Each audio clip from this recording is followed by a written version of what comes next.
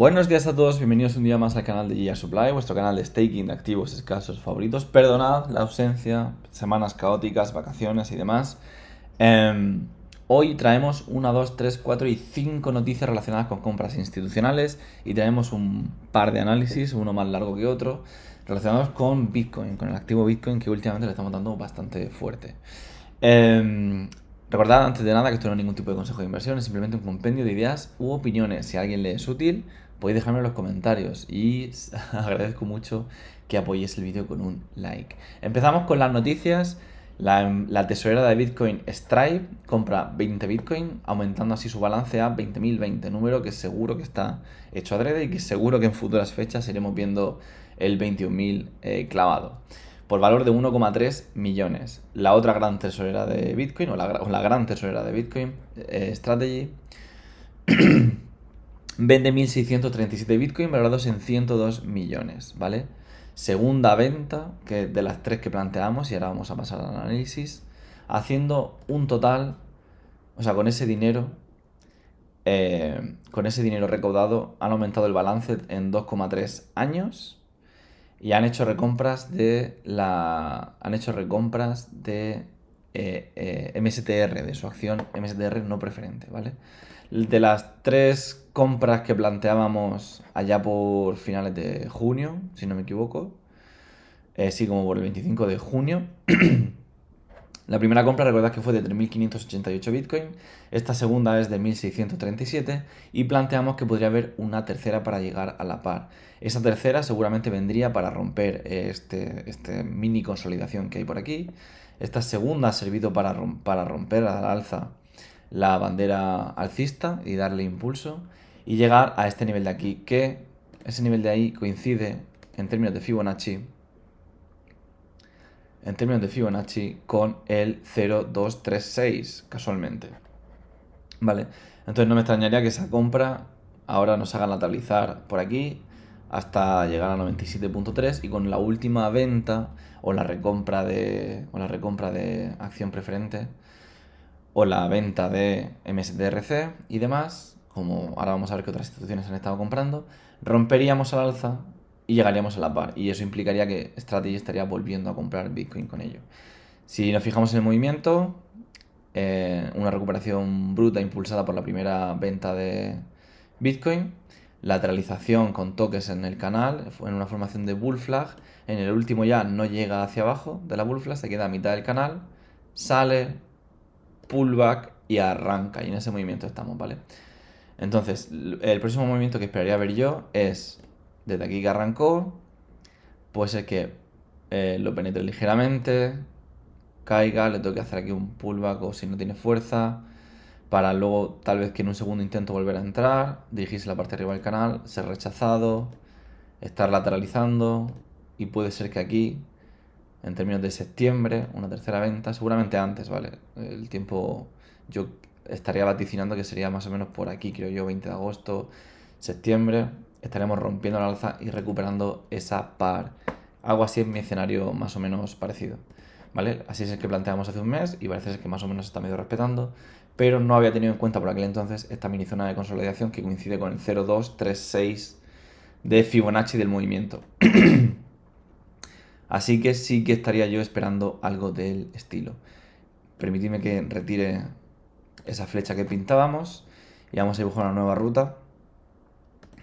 Vale, ha hecho así, así, así, triple toque, no llega, pullback, sube, yo estaría esperando tal vez penetrar un poquito, apoyar como digo, salir, puede ser que aquí y aquí ya está rompiendo hacia el alza. Algo así no me extrañaría ver. Y de esta manera, con la consolidación producida en este bloque, de cara a un futuro, si pierde, no llegaríamos tan abajo.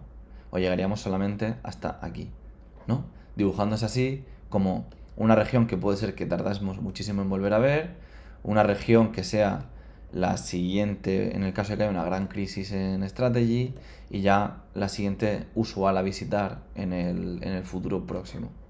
¿Vale? Pero de momento nos quedamos con esta región interesante a trabajar y continuamos con las noticias, ¿vale? Veríamos esta. Vanguard ha comprado Vanguard ha comprado 50 millones en Bitcoin vía MSTR, como venía diciendo, que lo que le ha dado también potencial a Strategy para acumular capital, esos dividendos en la barrera de los 2.3 años. Sorbito de café, los 2.3 años, que rompen lo que comentamos por aquel entonces de que sería el mínimo que tenía que conseguir Michael Saylor para alcanzar la par. Y por último tenemos a Tether, la empresa de stablecoin, que ha comprado 1.800 Bitcoin valorados en 113 millones. Ahora posee un total de 98.936. Y con esto lo dejamos aquí, todas estas compras institucionales, y nos pasamos al análisis del precio de Bitcoin. Esto, que es un pequeño spoiler de lo que habéis visto seguramente en la portada del vídeo, voy a pasar a explicaroslo porque lo he hecho a mano y es bastante lioso, ¿de acuerdo? Vamos paso por paso. Primero, las gráficas. En azul, el precio de Bitcoin. En rojo y verde tenéis la hoja de balance de la Fed, que son las inyecciones periódicas o la retirada de liquidez que va haciendo la Fed. Estos datos se publican de miércoles a miércoles, de jueves a jueves, algo por el estilo, ¿vale? Entonces van como, entre comillas, van un poquito desfasadas, o por lo menos la noticia se sabe con un poquito de desfase. Ahora, ¿qué son estas líneas, estos bloques verticales que estamos viendo aquí? ¿No? Las líneas moradas coinciden con cambios de tendencia en la hoja de balance de la Fed, ¿vale? Esta línea morada aquí vemos que es un cambio de tendencia de la tendencia bajista al alcista. Esta línea morada, cambio de tendencia bajista, o sea, alcista bajista, aquí vuelve a cambiar, etcétera, etcétera, etcétera, ¿de acuerdo? Las líneas naranjas es cuando Bitcoin percibe ese movimiento, bien sea con adelanto o bien sea con retraso, ¿vale? Si lo hace con adelanto, los días serán negativos; si lo hace con retraso, los días serán positivos. Es decir, Bitcoin reacciona días después a la publicación de los datos de la Fed o reacciona días antes. Eso porque es una métrica que nosotros en el canal tratamos asiduamente y vamos a ver cómo de correlacionado está o si tiene sentido estar estudiándola o no, y de cara a cuántos días con adelanto o retraso podemos esperar una tendencia, o si Bitcoin nos va a dar un adelanto o de forma viceversa se va a producir un retraso, en fin, ¿qué va a servir de qué, no? Hemos empezado a tomar fechas a partir del 10 de diciembre, que fue cuando la Fed inició ese cambio de tendencia después de 2 o 3 años que venía retrayendo liquidez, para no hacer un análisis previo, porque la tendencia realmente no estaba cambiando, por así decirlo, ¿no? Entonces, desde que cambió dentro de la macroestructura, hacemos un análisis de la microestructura, ¿vale? Los bloques grises es simplemente para resaltar las zonas que son y poder guiarnos sin que sea todo un amasijo de líneas. Aquí, otro gráfico que también he hecho yo, que es simplemente el conteo del desfase de estos bloques con las fechas, para ver un poco en el paso del tiempo si se ha ido correlacionando o descorrelacionando. Y abajo tenemos las subidas o bajadas de interés, o el interés en qué punto se encontraba en ese periodo de tiempo por parte de la Fed, ¿no? Que es la que sube o baja los intereses, valga la redundancia. Entonces, como podéis fijar, el primer punto empieza en el 10 de diciembre, ¿vale? Pero ya os adelanto que Bitcoin reacciona con 19 días de antelación el 21 de noviembre, ¿de acuerdo? Por eso ese primer punto está aquí y por eso hemos empezado el gráfico aquí en noviembre, diciembre, ¿vale? Entonces lo que podemos ver es que al principio, en este primer bloque de entradas, ¿vale? En este primer bloque de entradas, los desfases o las correlaciones son mucho más altas. Este primer bloque de entradas corresponde desde el 21 de noviembre de 2025 hasta el 28 de marzo, ¿vale? Hasta el 28 de marzo. Que, como podemos ver aquí, por lo menos en términos de interés, veníamos de una reducción muy drástica de los tipos de interés, ¿vale? En marzo es verdad que se mantiene constante, pero digamos que el precio reacciona, o los impulsos internos que el precio hace o el mercado se adapta a ellos van con o requieren cierto desfase, ¿no? Porque aquí estamos diciendo que se llegan al 28 de marzo, que es casi abril, ¿vale? Que sería más o menos este punto, ¿vale? Uy, vale, aquí tengo que ponerlo encima. Vale, aquí. Que sería más o menos ese punto. Y realmente los tipos de interés dejan de cambiarse por el diciembre aproximadamente, es decir, el punto en el que incluso la tendencia macro de la Fed decide cambiarse, ¿no? Y pasar de un QT a un QE. Pero ya vemos que en ese primer bloque de 4 meses aproximadamente, 4 meses y medio, que sería todo esto de aquí, las correlaciones son mucho más altas en términos de días absolutos. Y ahora vamos a hablar un poco de días ya relativos, es decir, negativos o positivos, pero son mucho más altas. Y luego, en esta última temporada, en el que los cambios de tasa de interés son mucho más bajitos y van oscilando, son mucho más pequeños, ¿no? La anchura de los bloques aquí son más pequeños y aquí son mucho más altos, correlacionados con esos cambios abruptos en la tasa de interés y luego unos cambios pequeñitos en la tasa de interés. Vale, entonces en este primer bloque podemos apreciar días desde -19, que es cuando se produce el cambio de tendencia general del comportamiento de la Fed, de la detracción de liquidez de 2 o 3 años a un aumento de liquidez, a una inyección de liquidez, el paso del QT al QE. Bitcoin se adelanta con 20 días, ¿de acuerdo? Es decir, bueno, 19 días, disculpadme.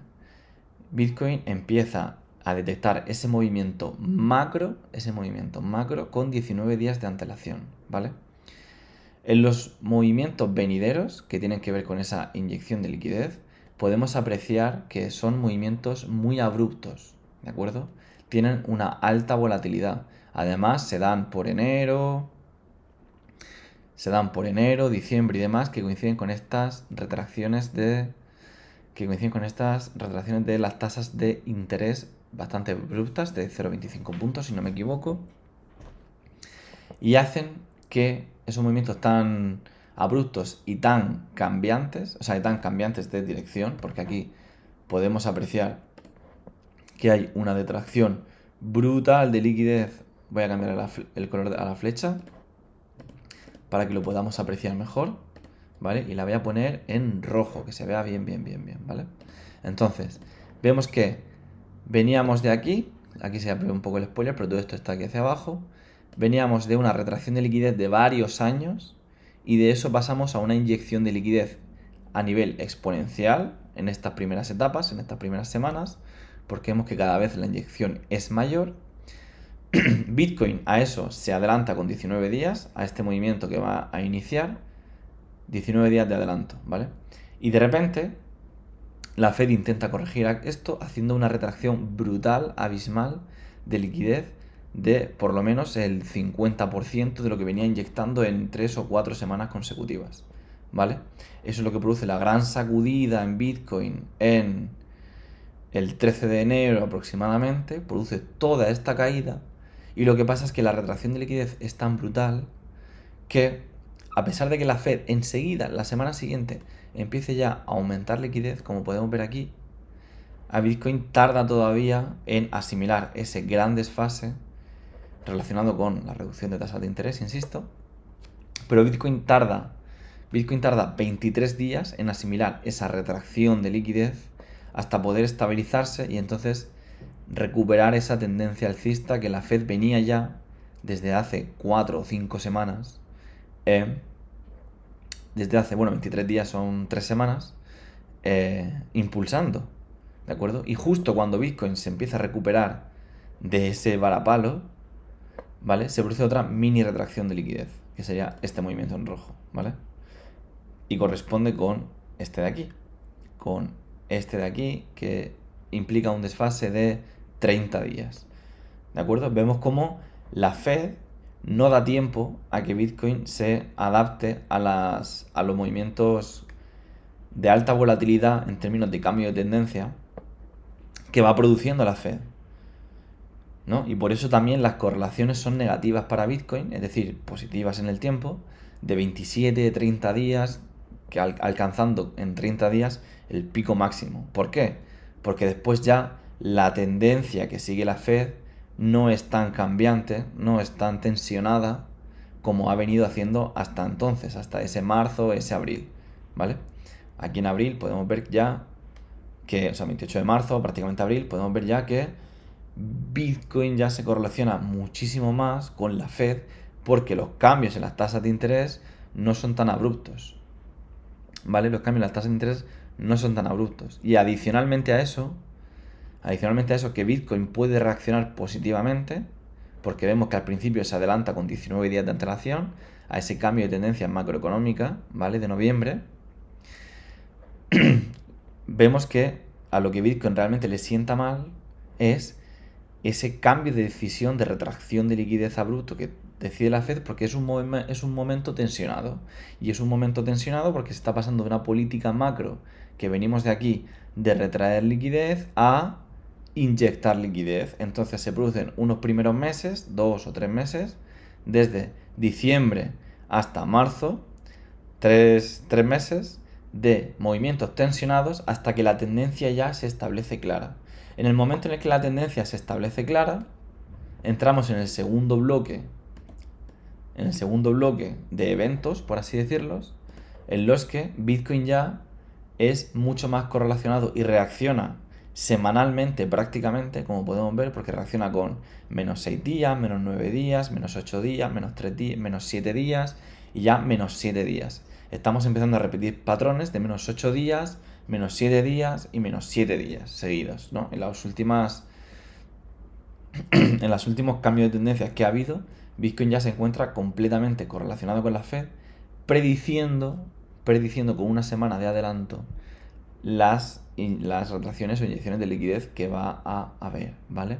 Insisto, esto se ha podido producir, voy a borrar ya esta flecha roja, esto se ha podido producir, todo este bloque de aquí, o sea, todo este acople, ¿no? Que podríamos incluso ver como en 2 etapas, en 3 etapas, mejor dicho, una grande de cambios de tipos de interés, de cambio de tipo de interés en este gráfico, que esto es algo que Bitcoin, por lo que podemos ver la primera muestra, lleva bien, realiza una buena correlación, de no ser por los movimientos tensionados que se producen en la Fed, que sería el gráfico este en verde. Voy a cambiarle a esto el color a un gris muy clarito y esto en rojo. Entonces podemos ver este primer bloque, cómo se producen esos movimientos tensionados en Bitcoin debido a la indecisión de la Fed y no a los tipos de interés. Y luego ya, segundo bloque de reducción de movimientos tensionados y acoplamiento con el índice. Para finalmente entrar en una coherencia total con el índice, ¿vale? Ya estamos entrando en una correlación absoluta con el índice. En términos de volatilidad de días, como podemos apreciar, aquí en la gráfica de arriba, desde diciembre hasta abril se produce una alta volatilidad para luego ya ir cerrándose, ir estrechándose esa cuña y ya encontrarnos en un punto de completa estabilidad y que yo interpreto como correlación directa o por lo menos con un desfase fijo, que es una semana de adelanto de la Fed. Podremos traer en un futuro un vídeo análisis viendo si esa volatilidad se mantiene o no, o si esas días de correlación de desfase se mantienen o no, pero yo creo que mientras que la Fed no cambie la política monetaria que tiene, a pesar de que haya mini variaciones, ya vemos que estas mini variaciones no son problemas, el problema es hacer una reducción, este es el problema, por así decirlo. Este fue el gran problema de Bitcoin, ¿vale? Esta retracción de liquidez de 1, 2, 3 y 4 semanas acumuladas, o sea, es decir, la progresión que se ha hecho en un mes, de repente se ve reducida al 50%, si no más, en términos de un solo día, porque este dato se publica en un día. Entonces, en una semana retrocedemos 3 semanas de avance. Entonces es cuando Bitcoin empieza a hacer movimientos de este estilo, ¿no? Que le requieren digerirlos pues por lo menos 2 o 3 semanas, y entonces entra en este segundo bloque ya de acoplamiento. Pero vemos que a lo que tiende Bitcoin a lo que tiende Bitcoin si la Fed no hace nada brusco es a adelantarse a la liquidez. ¿De acuerdo? Entonces, por los anuncios que vaya haciendo la Fed o por el comportamiento que vayamos viendo de Bitcoin, podemos deducir incluso el comportamiento de el SP500 y demás, porque vemos que se adelanta a una semana a las noticias que va a ir publicando, ¿vale? Por lo que la conclusión que yo saco un poco de este vídeo es, a día de hoy, o por lo menos desde junio, tiene mucho más sentido utilizar la Fed para ir verificando, por así decirlo, el movimiento de Bitcoin y saber si la tendencia va a continuar o no en esa dirección. Ahora mismo, y si nos fijamos a nivel macro, ¿vale? Vemos, y lo hilo con vídeos anteriores que vengo trayendo, se está produciendo otra divergencia alcista por parte de Bitcoin, ¿vale? Porque aquí tenemos que desde el 9 de diciembre se está inyectando liquidez, como hemos comentado en otras ocasiones, y desde el 9 de diciembre, desde antes incluso, pero desde el 9 de diciembre, esto está en tendencia bajista. Entonces, en el momento en el que se dé la vuelta y empiece a, una vez que la volatilidad ha ido decreciendo y se ha ido coordinando, vemos también que las caídas son menores y le permite a Bitcoin acoplarse de nuevo. En el momento en el que se acople bien a la hoja de balance de la Fed en términos de tendencia, va a ser un cambio otra vez brusco y que seguramente tarde también 2 o 3 meses en recuperar la volatilidad que tenía y no grandes picos de volatilidad, porque yo esperaría que en el momento en el que se inicie el bull market, si es que no se ha iniciado ya, porque aquí si nos fijamos se está empezando a formar un mínimo mayor al mínimo anterior, entonces está por verse un poco si no hemos visto ya el mínimo como yo creo que hicimos según el vídeo que publiqué hace un par de semanas, y aquí parece que se está empezando a formar un mínimo más alto, pero de ser así, de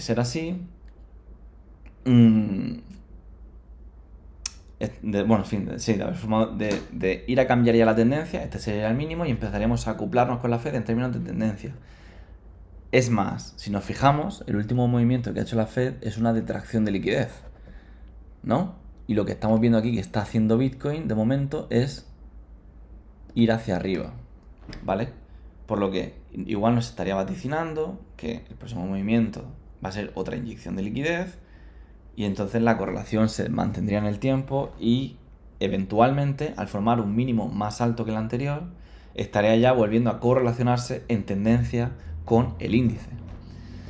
En fin, disculpad este discurso un poco chapas, pero creo que viene muy bien a nivel visual ver cómo el activo y el índice se han descorrelacionado y vuelto a correlacionar, indicando así que a partir de ahora es un buen índice.